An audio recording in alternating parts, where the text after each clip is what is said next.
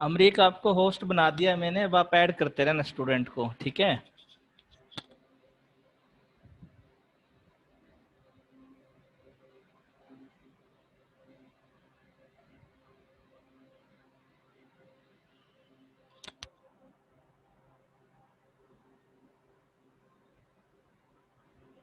Hello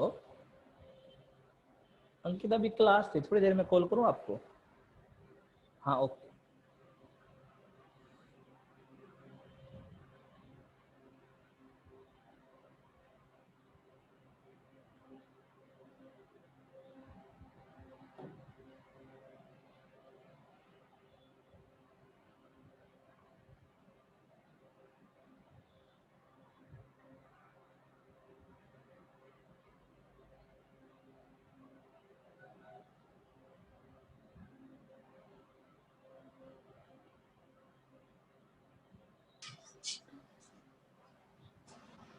और यहाँ आ गया क्या?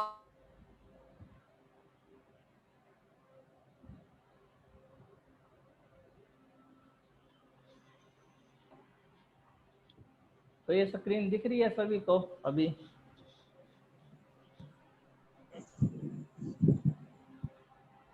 हाँ दिख रही है।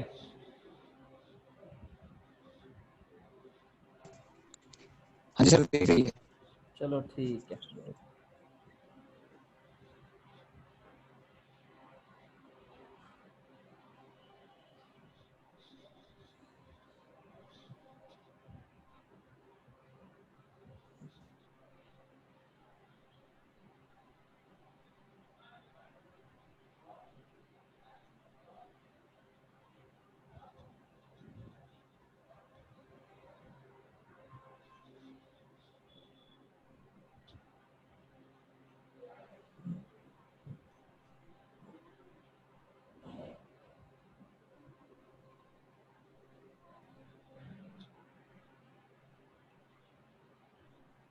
तो चलिए शुरू करते हैं आज का टॉपिक। हमारा जो आज का टॉपिक है वो है जी बैरियर्स टू इंडियन एग्रीकल्चर। अगर आपको शॉर्ट में बताए तो एग्रीकल्चर करने में क्या क्या प्रॉब्लम है, या ऐसे कौन कौन से फैक्टर्स हैं जो एग्रीकल्चर ग्रोथ को बढ़ने नहीं देते, या आप कह सकते हो कि सर ये जो है ऑब्स्टेकल्स हैं जिनकी वजह से जो है एग्रीकल्चर ग्रो नहीं कर पा रही है। तो बेसिकली हमें यहाँ पे 7 जो है मेजर्स बैरियर्स हम देखेंगे। वैसे तो बैरियर्स अनलिमिटेड है, लेकिन हम जो है बात करेंगे जो हमारे बहुत बड़ा रोल प्ले करते हैं। तो पहला जो बैरियर है आपका वो है instability. Agriculture in India is largely depends on monsoon. मतलब इन शॉर्ट बताऊँ आपको, इतनी अस्थिरता है एग्रीकल्चर में, इसको जो है मॉनसून का जुआ भी कहा जाता है एग्रीकल्चर को। कि जिस साल मॉनसून अच्छा हुआ उस दिन पोब आ रहा है, उस साल पोब आ रहा है, बहुत ज़्यादा प्रोडक्शन होगा, किसान जो है ठीक रह जाएगा जिस दिन मॉनसून अच्छा हुआ जिस साल। और जिस साल जो है मॉनसून जो है नहीं आया या सूखा पड़ गया, उस टाइम पे ऐसी नौबत भी आ जाती है हेलो कि किसान को जो है हमारे बहुत ज़्यादा सारे बोल सुसाइड भी करने पड़ते हैं। आप भी जानना है। तो ये सारी चीज़ें भी जो है हमें देखनी है कि किसान जो है वो भी मॉनसून पे डिपेंड करता है। एक सेकंड, अमरीक भाई म्यूट करो इन सबको, जहाँ से आवाज आ रही है, पूजा रानी, सपना, या इनको म्यूट कर दो आप।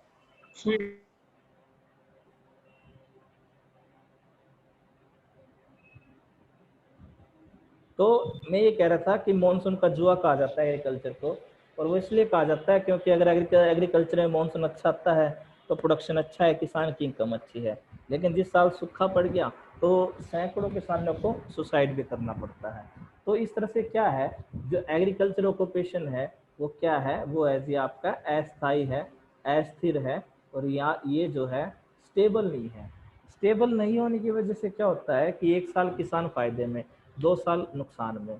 फिर फायदे में फिर नुकसान में, तो वो आगे नहीं बढ़ पाती, ना तो किसान आगे बढ़ पाता, ना उसके एग्रीकल्चर आगे बढ़ पाते।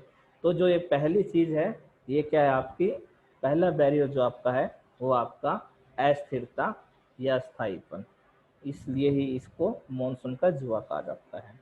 फिर हम आते हैं दूसरे बैरियर पे। सेकंड जो बैरियर है दैट इज क्रॉपिंग पैटर्न, कि हमारे यहाँ पे जैसे फसलें बोई जाती है, जो उसका पैटर्न है वो कैसा है। The crops that are grown in India are divided into two broad categories, food crops and non food crops. जो इंडिया में फसल उगाई जाती है वो बेसिकली जो है उसकी दो श्रेणियां हैं। पहली तो आपकी वो फसलें हैं जो एज ए फूड यूज हो जाती है, जो एज ए भोजन के तौर पे, जैसे आपका वीट है, राइस है, बाजरा है, ये सब जो है आपका फूड क्रॉप्स है। फिर दूसरा है आपका नॉन फूड क्रॉप्स, जो ऐसे कि आपका आपके जैसे फ्लावर्स है और सारी चीज़ें हैं, वो आपकी सारी किस्में आती हैं नॉन फूड ग्रेन्स में। तो इस तरह से बटी हुई है।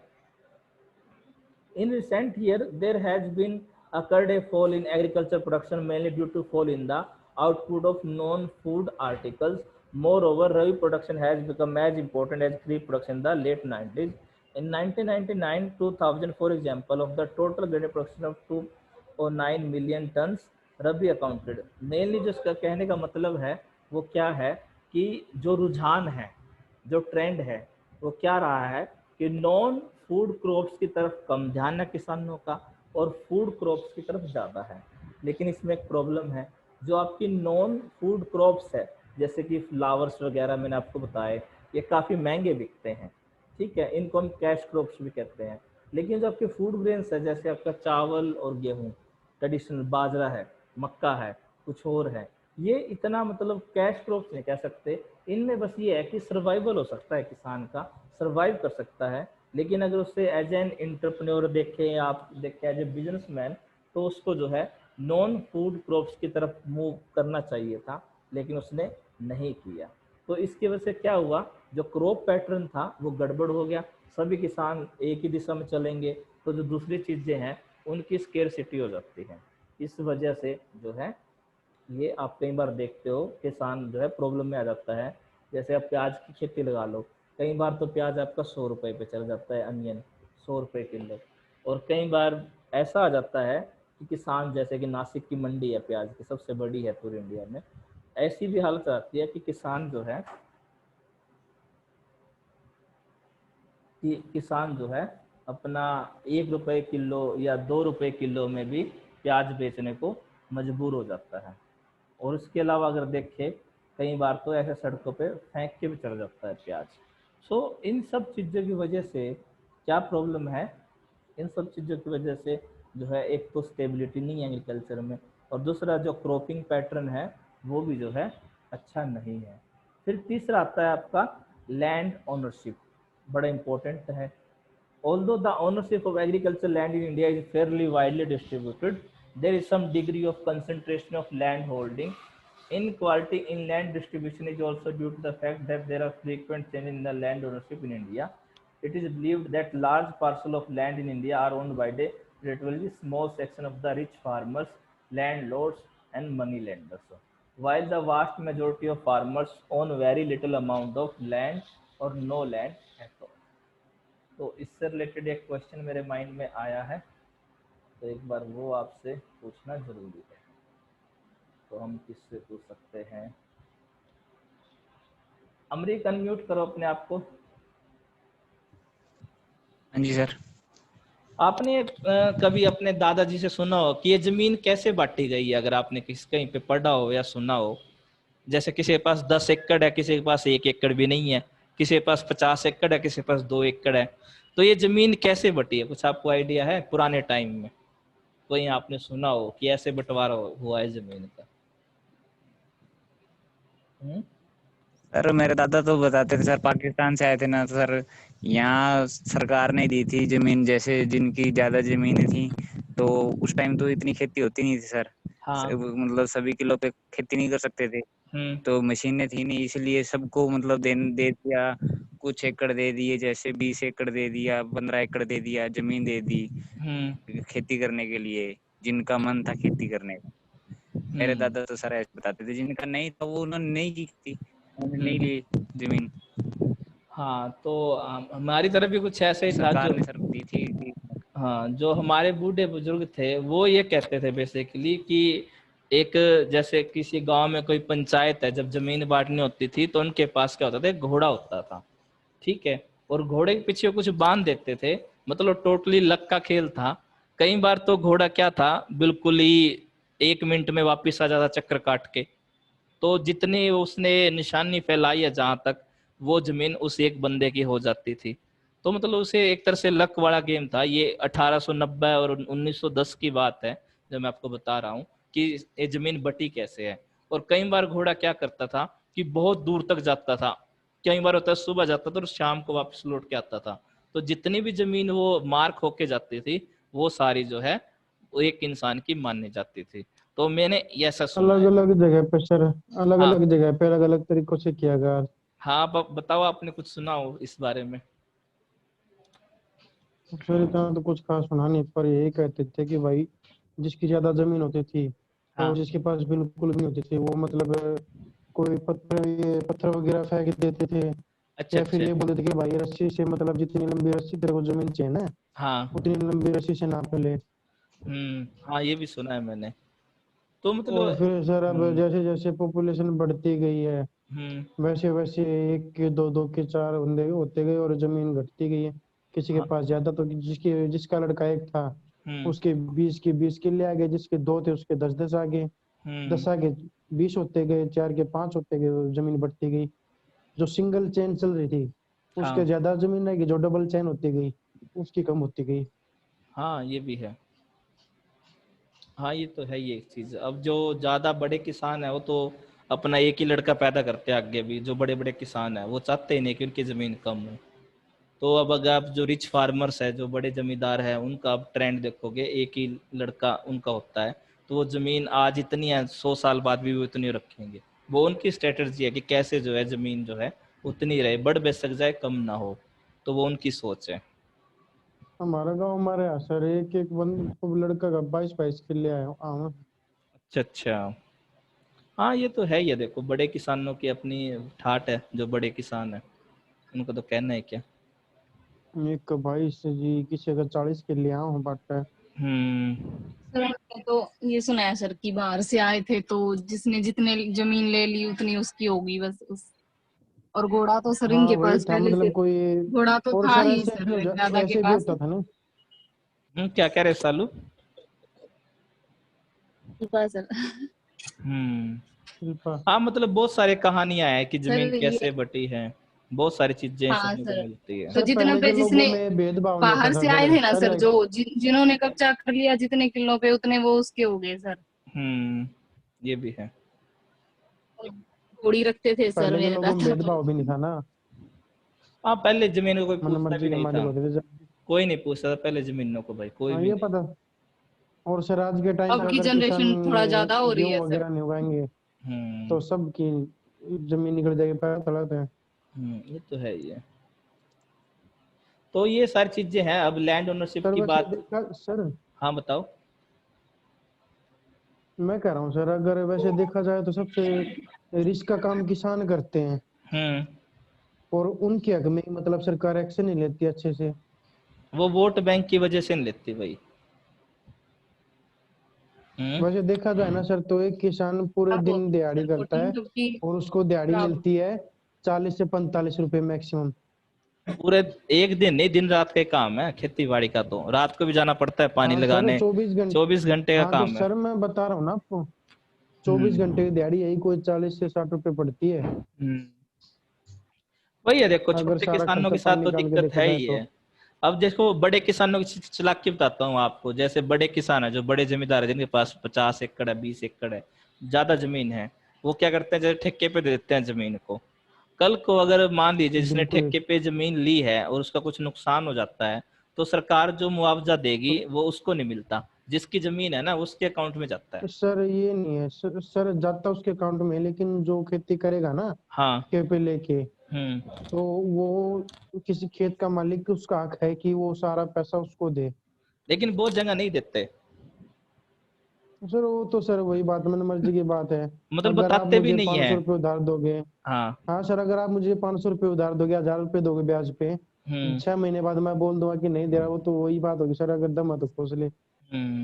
मतलब कई बार मेरे भी दोस्त वगैरह बताते थे, कई बार उनको पता भी नहीं चलता जिसने ठेके पे जमीन ली है कि भी उनको मुआवजा भी मिला है नहीं मिला है। तो बहुत सारी जगह पे ये भी देखने को मिलता है कि वो मतलब एक जो सहयोग होना चाहिए आपस में वो नहीं होता।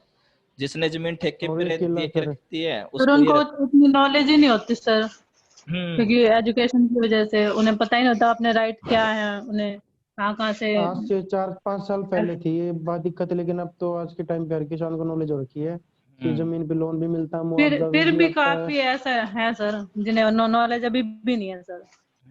हाँ वो वो है पिछड़े तो। इलाके में है ना, हम्म। पिछड़े इलाके में है ये सब सारी चीजें। अब जो जहाँ तक जितने 99% तो किसान अब सुधार हो रहा है, हर हाँ चीज हो की ही नॉलेज रहा हो है, रही है। अवेयरनेस तो आ ही रखी है अब तो, पहले में और अब में का फर्क तो है ही है देखो। हाँ सर, बहुत ज्यादा फर्क पड़ा है। हम्म। पहले तो सर बैंकों में लोन आता था हम्म।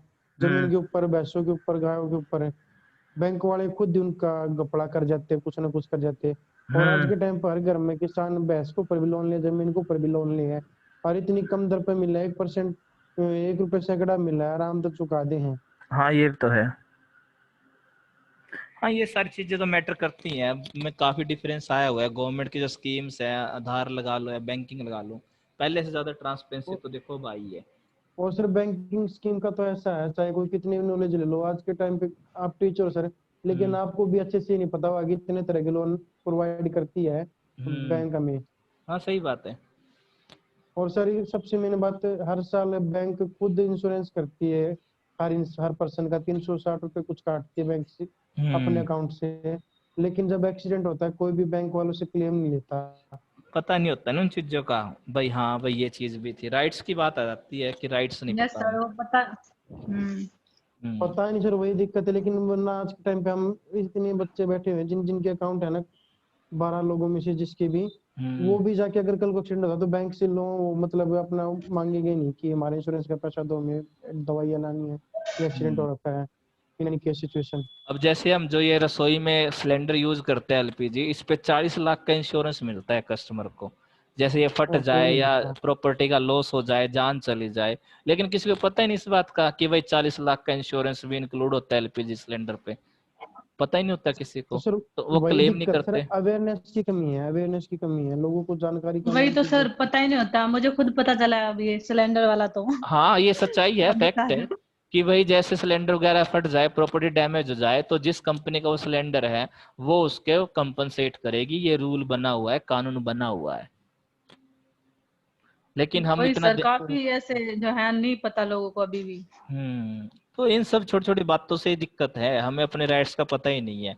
तो हम अगले अगले बंदे को खुद ही मौका दे रहे हैं, भाई हाँ आके मुझे लूट, मुझे यस एक्सप्लॉइट सर, कर। बिल्कुल। इस वजह से ही दिक्कत है। तो आगे और सर वो चलते हैं लूट हम। रहे हैं। आगे हमारा जो है subdivision and fragmenting of holding. इसमें मतलब मेन बात ये है जो मैंने एक दो दिन पहले बताई थी इसी लेक्चर में, कि हमारे यहाँ जो खेत है काफी छोटे हैं। और जब मैंने यूएसए का कंपेयर किया था, तो यूएसए में जो किसान है बड़े हैं, उनकी जमीन बड़ी है। वहां पे अगर आप ये कहोगे कि क्या यूनिट है, तो जितना हमारा 2.5 या 3 किले बनते हैं, इतना वहां पे 1 किला बनता है।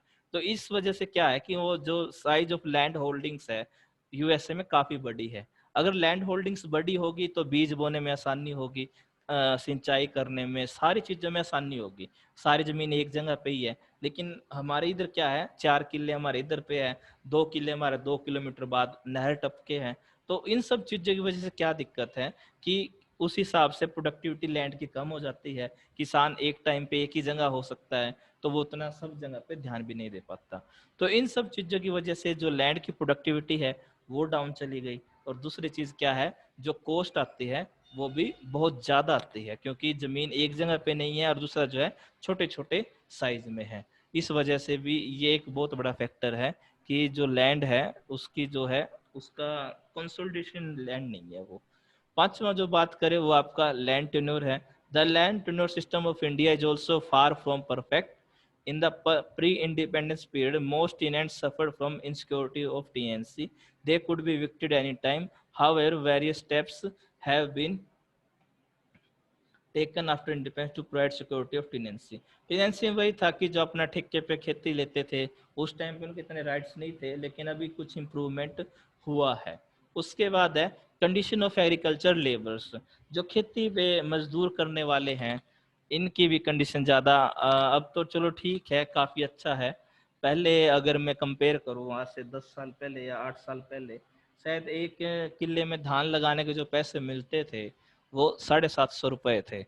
तो अभी बताओ सौरभ क्या रेट है? अगर एक किले में आप धान लगवा रहे हो तो कितना पैसे देते हो लेबरर्स को? सर धान तो बहुत लगाते ही नहीं, हमें इस चीज की तो अपडेट इतनी नॉलेज है नहीं अभी। फिर भी किसी को हो कि जी अभी ये रेट है किले का धान लगवाने का? सर बिहारी सर आते बिहारी के 5,000 हिसाब से से ऊपर लगाते है। हैं। 5,000 हो गया? सर काफी बढ़ गया। साथ में शायद 5 किलो आटा भी लेते हैं। अच्छा अच्छा, ये भी उनको देना पड़ता है। और तो खाने पीने के लिए चीजें और मतलब ड्रिंकिंग के लिए दारू वगैरह की बोतल भी लेते हैं अब तो ये। तो मतलब आप ये मान लो 7-8 हजार में पड़ता है किला जाके आराम से। हाँ, हाँ तो 5 से ऊपर है सर, शायद 7 भी हो। अब आप ये मानो, ये जो आपके बिहार के लेबरर्स है वो आप कह रहे हो कि 5-6 हजार है, तो अगर आप लोकल बंदे से काम कराओगे तो इससे भी ज्यादा पैसे मांगेगा, क्योंकि बिहार वाले थोड़े कम। 500 रुपए ज्यादा लेते हैं सर। हाँ लोकल जो है गांव वाले होते हैं ना लगाने के लिए। हाँ हाँ, लोकल वालों में और इनमें ये डिफरेंस है कि बिहार वाले थोड़े कम पैसे में मान जाते हैं काम करने को, लेकिन लोकल वाले नहीं मानते, क्योंकि उसको सारे राइट्स पता है लोकल वाले को, किस टाइम बीड़ी पीनी है, किस टाइम क्या करना है। लोकल को सारी बात पता है, वो आपकी बात भी नहीं सुनेगा। लेकिन आप बिहारी को डांट भी सकते हो, थोड़ा धमका भी सकते हो कि ये काम अच्छे से नहीं हुआ है, लेकिन लोकल्स आपकी बात नहीं सुनेगा जी, ये श्योर है।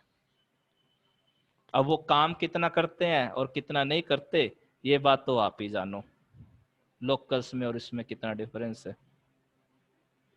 तो ये सारी चीजें भी जो है हमें देखनी है कि कहाँ कहाँ हमारी कितनी कॉस्ट आ रही है। अगला उसमें अदर्स बैरियर आते हैं। उसके बाद ये है कंडीशन की, में हमने बात कर ली कि ये चीजें इसके अंदर है। फिर बैरियर्स अदर्स की बात करें, the system and techniques of farmers. Techniques अब थोड़ा इम्प्रूवमेंट हुआ है, मशीनरी का काफी ज्यादा यूज होने लगा है एग्रीकल्चर में। सेकेंड है the marketing of agriculture products. और थर्ड है the indebtedness of the farmer. सबसे बड़ी दिक्कत यही है, अगर मैं आपको डेटा निकाल के दूं तो लगभग हर एक किसान जो है कर्ज के अंदर है। जो आपके स्मॉल और जो मार्जिनल फार्मर्स है, ऑलमोस्ट सभी किसान जो है कर्ज में है। अब यहाँ पे भी एक क्वेश्चन अराइज होता है, अगर मैं सुसाइड रेट की बात करूँ तो पंजाब में काफ़ी ज़्यादा है सुसाइड रेट, महाराष्ट्र में ज़्यादा है, लेकिन हरियाणा में कम है किसान का सुसाइड रेट, या ना के बराबर है। तो आप मुझे ये बताओ कि ऐसा क्यों है? कर्ज तो यहाँ पे भी देना है किसानों को, पंजाब में भी देना है, महाराष्ट्र में भी, लेकिन हरियाणा में ही क्यों है फार्मर सुसाइड रेट? बताओ भाई, कोई भी बताओ क्या रीजन है कि फार्मर सुसाइड रेट हरियाणा में कम है अदर स्टेट्स के कंपैरिजन में?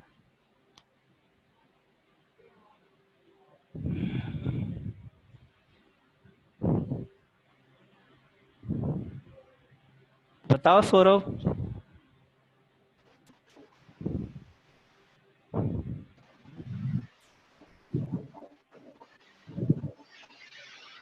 बताओ भाई, कोई भी बताओ।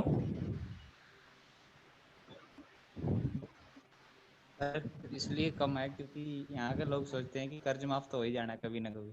हाँ, ये साइकोलॉजी, ये बिल्कुल अमरीक ने बिल्कुल राइट बताया है। ये जो साइकोलॉजी है कि किसानों ने लिया हुआ है कर्ज, 1-2 बार पहले भी माफ हो चुका है, आपको पता है, कांग्रेस टाइम में हुआ, इलेक्शन टाइम में हुआ। तो इन सब साइकोलॉजी की वजह से किसान इतना बर्डन मानता नहीं है कर्ज को, ये मानता है और थोड़ा आशावादी भी है। और आशावादी होना चाहिए इंसान को कि भाई इस साल फसल अच्छी नहीं हुई, कोई बात नहीं, 6 महीने बाद फिर से करके दे देंगे। तो इन सब साइकोलॉजी की वजह से ही हरियाणा में ये चीजें कम है, लेकिन महाराष्ट्र में और अदर स्टेट्स में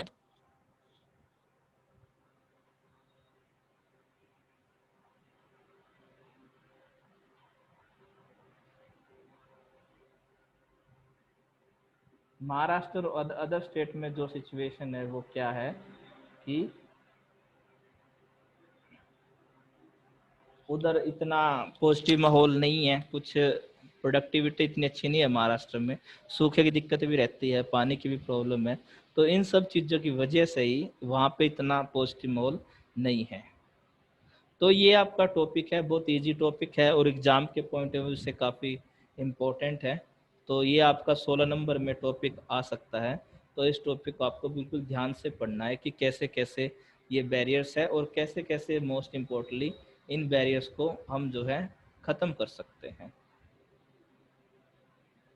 तो इन डेप्थनेस की बात आगे भी हम डिटेल में करेंगे जब कभी हमारे आगे ये सिलेबस में आनी है चीज़ें। और sir according to the cases के महाराष्ट्र साइड तो सबसे ज्यादा सुसाइड केस होते हैं। हाँ महाराष्ट्र हो केरल वगैरह हो, इन साइड बहुत ज्यादा केसेस होते हैं। हाँ, यही दिक्कत मध्य है, प्रदेश बहुत ज़्यादा केसेज है। और क्योंकि सर वहाँ की जो फसलें होती हैं कई बार पानी की वजह से खराब हो जाती है, बारिश की वजह से, या फिर बाढ़ वगैरह आती है। उधर के लिए तो बहुत दिक्कत बन गई है, सूखा भी अभी पड़ता ही है महाराष्ट्र में, दिक्कत ये हो रखी है। पानी हाँ देखो सर। हर जगह पे उस हिसाब से अवेलेबल ही नहीं है, सही पाए तो आपको। ये तो थोड़ा हरियाणा इस मामले में प्रोस्पेरियस है, हरियाणा में काफ़ी, हरियाणा पंजाब काफ़ी अच्छे हैं इस मामले में। लेकिन अभी अगर मैं पंजाब की बात करूं तो पंजाब के बारे में यही कहना चाहूँगा कि पंजाब एक ऐसा स्टेट है जो एक बार आबाद होके फिर से बर्बाद हो गया है, अगर मैं आपको एक जी लाइन में बताऊं। और रोज के सर 10 किसान सुसाइड करते हैं अपने ठीक है कर्ज ना, की वजह से। किसान का तो है ही है, लेकिन वहाँ पे 2-3 प्रॉब्लम एक साथ है सौरभ, सही बताऊं तो 3 हाँ सर प्रॉब्लम वो एक तो है। साथ है पंजाब में। पहली प्रॉब्लम नशा है, ड्रग्स वगैरह। दूसरी सबसे प्रॉब्लम, ज्यादा सर आज के टाइम पे। हाँ, दूसरी प्रॉब्लम है कैंसर की। और वो कैंसर किससे जुड़ा हुआ है? एग्रीकल्चर से। कैसे? कि वहाँ पे बहुत एग्रीकल्चर से ज़्यादा सर होती है जो। पेस्टिसाइड्स किसानों ने यूज किया दबा के 20 साल, पिछले 20 सालों में। मतलब अगर एक्सपर्ट ये कहे कि आपको 400 ml डालना है 1 किले में, तो वो इग्नोरेंस लगा लो या लालच लगा लो या कुछ लगा लो, वो 600 ml डाल रहा है या 800 ml डाल रहा है। तो इन सब वजह जी से हाँ सर। क्या हुआ कि पंजाब में 52 जोन्स ऐसे बन गए जहाँ पे आप जमीन से पानी निकाल ही नहीं सकते। उसमें पानी में लेड है, शीशा है, आर्सेनिक है। अगर आपने वो पानी 10-12 दिन पी लिया तो डेफिनेटली आपको कैंसर हो जाएगा। 52 जोन्स बिल्कुल सर। पंजाब में रेड जोन्स बना दिया बिल्कुल। क्योंकि अब अगर आप खेतों में इतना ज़्यादा यूरिया पेस्टिसाइड यूज करोगे तो वो पानी अंदर जो ज़मीन का पानी है वो भी पोल्यूट होगा, और हम ज़मीन का पानी पीते हैं हम। तो इस वजह से कैंसर की प्रॉब्लम्स है, ड्रग्स की प्रॉब्लम्स है और किसान के सुसाइड की प्रॉब्लम्स। सर तो सर वो पानी सिंचाई में भी यूज नहीं हो सकता सर, नहीं नहीं खेतों नहीं, में अगर यूज करें? अगर वो सिंचाई में यूज जहरीली करोगे तो वो फसल है सर। फसल जो आप चावल वगैरह खाओगे, असल में जो वहाँ पे फसलें यस तैयार सर। हो रही है ना वो बिल्कुल जहरीली फसलें हैं, जो भी वहाँ पे रेडी हो रहा है फसल के अच्छा। मामले में। हम्म। तो ये एक बहुत सीरियस प्रॉब्लम है। अभी ये तो तक तो ये पंजाब तक ही सीमित थी, लेकिन धीरे धीरे अब ये हरियाणा की तरफ भी रुख कर रही है। आने वाले 5-7 साल में यहाँ पे भी सिनेरियो चेंज होने वाला है। तो ये सारी दिक्कत है, नहीं तो पंजाब नंबर 1 रहता था, अभी भी है, लेकिन हर टाइम नहीं रह पाएगा क्योंकि पंजाब ने अपने आप यस को सर। बर्बाद ही कर लिया। जो उधर की गवर्नमेंट थी वो भी सपोर्ट ही कर रही है ड्रग्स वगैरह को। कोई भी गवर्नमेंट आज तक ऐसी नहीं आई है जिसने नशे को कम करने की कोशिश की है। पिछले 2 साल में लगभग 1000 केसेस हुए हैं सर, एग्रीकल्चर की वजह से सुसाइड किया जिन्होंने, फार्मर्स ने। हाँ, अब दिक्कत यही तो है। अब देखो, अभी जो अमीर आदमी है, जो रिच पर्सन है, वो भाई चाहे तो 120 रुपए किलो वाली दाल खरीद सकता है, लेकिन वो 350 वाली क्यों खरीद रहा है? क्योंकि वो ऑर्गेनिक है, उसमें कुछ भी खाद बीज नहीं डाला गया है। तो अमीर आदमी तो बच जाएंगे, लेकिन जो हमारे जैसे हैं, मिडिल क्लास है, वो कैसे ऑर्गेनिक अफोर्ड कर सकते हैं? हमें तो यही जहर खाना पड़ेगा जो आजकल फसलों में आ रहा है। हम तो नहीं बच सकते इन चीज़ों से। रिच पर्सन तो ये है कि अपना ऑर्गेनिक कर लेंगे अफोर्ड, उनको कोई दिक्कत नहीं है, वो तो लंबा जिएंगे। लेकिन जो लोअर क्लास है और जो मिडिल क्लास है, आप और मेरे जैसे, उनको तो यही दाल खानी है, यही चावल खाने हैं, यही अपना सब कुछ खाना है। तो इनसे कैसे बचे? ये एक सीरियस इशू है हमारा। अभी आप कुछ भी कंपेयर करके देख लो, अभी मार्केट में जो भी आता है ना, कुछ भी, सारा आपको बिल्कुल चमकीला दिखाई देगा, ब्राइट, बिल्कुल पॉलिश। चाहे आप बेर लगा लो, अमरूद लगा लो, कोई फ्रूट्स लगा लो, मतलब देखने में आपको बिल्कुल वो अट्रैक्टिव लगेंगे। लेकिन आपको एक चीज समझ जानी चाहिए, अगर कोई चीज आपको अट्रैक्टिव लग रही है, बिल्कुल पॉलिश्ड है, तो मतलब कुछ गड़बड़ है। अभी यस एक, सर, ऐसा ही है। हाँ, अगर आप एक जो नेचुरल दाल देखोगे जो नेचुरल खेतों में उगती है, और एक आप जो मॉल से लेके आते हो, दोनों में काफी फर्क है, पॉलिश और अनपॉलिश दाल यस का। सर, उसमें इतनी शाइनिंग नहीं होती जो हम नॉर्मल लेके आते हैं वैसी। हाँ, यही तो दिक्कत है ना। तो जो इतनी नेचुरल चीज है, जैसे घी आप अपने घर में उगा के देखो, घी आपकी छोटी सी होगी, आप बहुत मेहनत करोगे, आपने कोई खाद बीज कुछ नहीं काफी डाला। टाइम लगेगा सर उसे बड़ा होने में। हाँ, तो लेकिन आप मार्केट में देखो 1.5 किलो 2 किलो 3 किलो के घिया, तरबूज, खरबूज, कद्दू सब बड़े साइज के हैं और यस बिल्कुल सर। पॉलिश है, मतलब उसमें कुछ डाला गया है। ठीक है, और क्या डाला हाँ सर, जाता वो है? उसे और डाली वही जल्दी चीज तैयार करने के लिए, कम टाइम के लिए वो जो काफी चीजें यूज करते हैं सर। हम भैंस को इंजेक्शन लगवाते हैं दूध बढ़ाने के लिए, वही इन वेजिटेबल्स में भी लगता है। ठीक हाँ है। सर, सुना है सर, इंजेक्शन डाल देते हैं उनको फुलावट लाने के लिए इंजेक्शन सर। लगाते हाँ, हैं। तो अब ये जो इंजेक्शन भैंस के लिए भैंस को लगता है, तो जरूरी नहीं है कि ह्यूमन बॉडी के लिए भी वो पॉजिटिव असर करेगा, वो नेगेटिव असर करता है। तो अब जितनी हम हरी सब्जियां मार्केट से लेके आते हैं, जो साइज में बड़ी हैं और पॉलिश्ड है, अच्छी लगती है देखने में, तो आप समझ जाना कि इसमें जो है पेस्टिसाइड्स और इंजेक्शन वगैरह लगाया गया है। दिक्कत ये आ रही है अभी। और इसका रिजल्ट क्या हो रहा है? 35 क्रॉस करते 35 आदमी, आदमी जो है बीमारियों से गिर रहा है, उसको बीमारियां हो रही है एक से एक। 35 तक तो हमारी बॉडी झेल लेती है ये यस जहर, सर। 35 क्रॉस करने के बाद तो बस पूछो मत, बुरा हाल है। कभी थायराइड की प्रॉब्लम है, कभी कुछ और दिक्कत है, कभी कुछ और प्रॉब्लम है। तो हम कैसे बचें इन चीजों से, कैसे इन चीजों को अवॉइड करें? कैसे अवॉइड करें सर, बताओ आप। वो तो अब किसान को देखना है, ऑर्गेनिक हम अफोर्ड कर नहीं सकते, क्योंकि अब किसान यस का जो सर। पहले वाला माइंडसेट था वो ये था कि बस हम इतना कमा ले कि हमारा गुजारा हो जाए। लेकिन अभी जो किसान का माइंडसेट है वो है बिजनेस माइंडसेट, कि भाई मुझे जो है प्रॉफिट कमाना है, सीधी सी बात ये है। यस सर, अब बिजनेस के भी नजरिए से सब हाँ। देखते हैं कि हमें जितना ज्यादा से ज्यादा प्रॉफिट हो जाए हम्म। वो अच्छा है। तो लेकिन इस प्रॉफिट के चक्कर में हमारी जान जोखिम में जा रही है। ठीक है। Yes sir. हाँ, तो अब ये सिनेरियो ये हो गया कि हमारी इम्यूनिटी हो चुकी है बहुत ज़्यादा डाउन, और हमारी जो है हेल्थ जो है 35 के बाद तो जी पूछो मत, बहुत बुरा हाल है 35 क्रॉस करने के बाद। सर ये क्या रीजन है जो दिल्ली वाले बोल रहे हैं कि हरियाणा पंजाब से इसके जो धान की खेती है उसके जो इसको प्राण को जलाते हैं, पॉपुलेशन दिल्ली की साइड ज्यादा हो रहा है। वो तो चलो एक हमारा एक सब्जेक्ट हो रहा है, इसे ट्रांस बाउंड्री पोल्यूशन बोलते हैं। ये तो ज़्यादातर एक पॉलिटिकल इशू ज़्यादा है, इसके हमें पर ज़्यादा बात नहीं करनी चाहिए। ये ज़्यादातर इलेक्शन की वजह से और पॉलिटिकल इशू ज़्यादा बन जाता है। ठीक है। लेकिन हमारा जो मेन पर्पज रहेगा वो यही है कि हमें पॉलिटिकल इशू में नहीं फंसना है। एक सेकंड रुको। हाँ जी बताओ।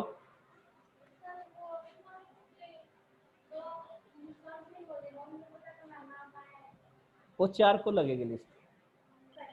हाँ, पहली मेरिट लिस्ट 4 को लगेगी। नहीं अभी नहीं, अभी तक तो एडमिशन, आज लास्ट डेट एप्लीकेशन फॉर्म की, तो 4 को लग जाएगी।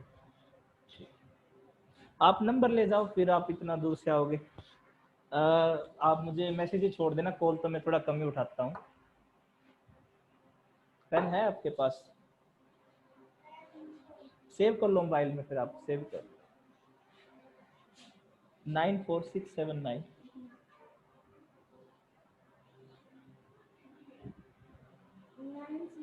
94, पहले शुरू में 94 है, 94679 30184। हाँ, इस पे मैसेज कर देना, आप मैसेज छोड़ देना, मैं अपने आप रिप्लाई कर दूंगा। हाँ, तो मैं यही कह रहा था कि क्राइसिस तो है बहुत ज़्यादा, आने वाले टाइम में पता नहीं क्या सिनेरियो रहेगा हमारे साथ। ठीक है। अच्छा सौरभ, मुझे एक बात बताओ आप, ठीक है, चलो आपसे पूछता हूँ मैं। जी हाँ। जैसे हमारे जो पुराने बुजुर्ग थे, जैसे वो हमारा मोटा नमक खाते थे, काला नमक, सेंधा नमक, कुएं का पानी पीते थे, गुड़ खाते थे, ठीक है, फिर भी वो अच्छे टाइम तक हेल्दी रहते थे। लेकिन हम आयोडीन वाला नमक खाते हैं, आरओ वाला पानी पीते हैं, फिर भी हमारी इतनी बुरी हालत क्यों है, ये बताओ।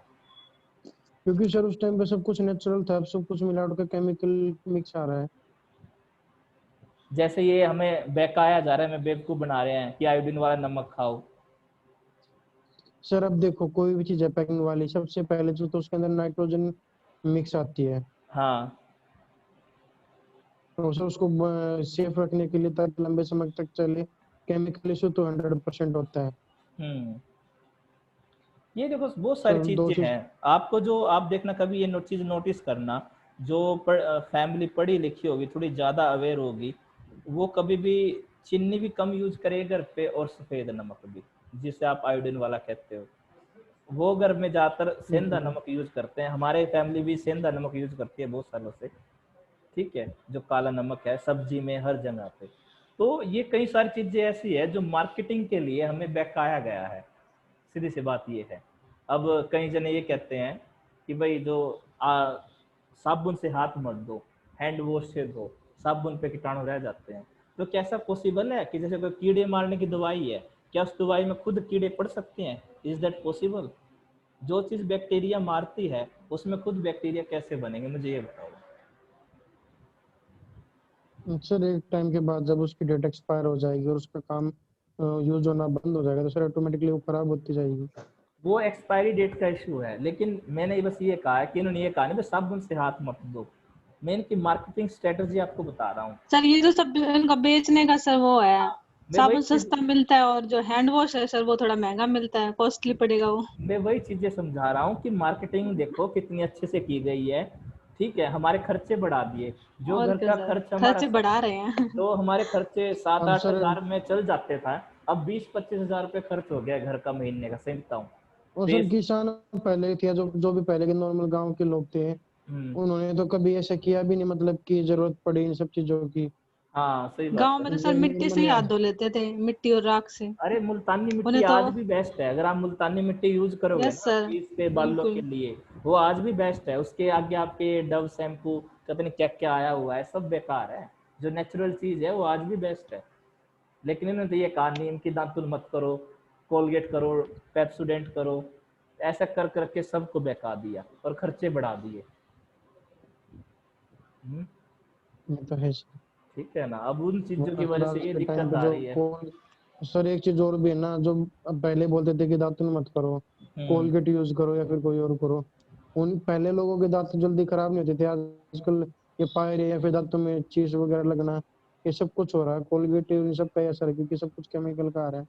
भाई साहब, इंडिया में 50% ब्रांड्स ऐसे हैं जो दूसरे देशों ने बैन कर रखे हैं। जैसे कि और आपकी कोलगेट कोलगेट तो है सर ना, बहुत ही ये हाँ जो कोलगेट ये, बहुत हाँ देशों सर, में बैन है, लेकिन इंडिया में धड़ल्ले से बिक रही है। हाँ लेकिन यहाँ पे इंडिया में सर चल रहा है ये सर। कोलगेट का सर यूज स्किन वगैरह साफ करने में होता है, कोई भी चीज खराब हो रखी हो उसको क्लीन करने के लिए होता है कोलगेट का यूज। लेकिन हमारे यहाँ पे तो कुछ भी बेच लो, उलूल जुलूल सब बिक जाता है। लोग ऐसे हैं सर कि इंडिया के अंदर भी सर कुछ स्टेट्स ऐसे हैं जहाँ पे कोलगेट नहीं, सॉरी, दातुन वगैरह लोग खरीदते हैं। हम्म, अगर आप यूएसए के मॉल में जाओगे ना, एक सेकंड कॉल आ रहा है, जस्ट मिनट। हेलो, हाँ जी मैम, बस 1 मिनट रहता है मैम, बस 1 मिनट में ये मैं सारा कर रहा हूँ मॉल में, अभी दे आ रहा हूँ मैम।